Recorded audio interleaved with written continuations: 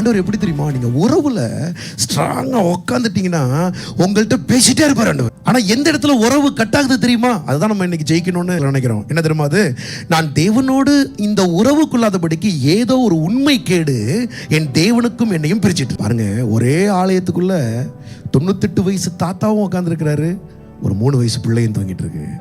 ஆனால் 98 வயசு தாத்தா பிரதான ஆசிரியர் சீட்டில் உட்காந்துருக்காரு, சீனியர் மோஸ்ட். அந்த ஆளை விட்டுட்டு தாண்டி 3 வயசு பிள்ளைகிட்ட வந்து சமையல் சமையல் உறவை ஆரம்பிக்கிறார். அந்த பையனை கொண்டு வந்துடல. அவன் நேராக போய் ஏலிட்ட போய் நின்று, என்ன கூப்பிட்டீங்களா? ஏன்னா அவன் அந்த ஏலி சத்தம் தானே கேட்டு கேட்டு சின்ன பிள்ளை வளர்ந்துட்டு இருக்கு.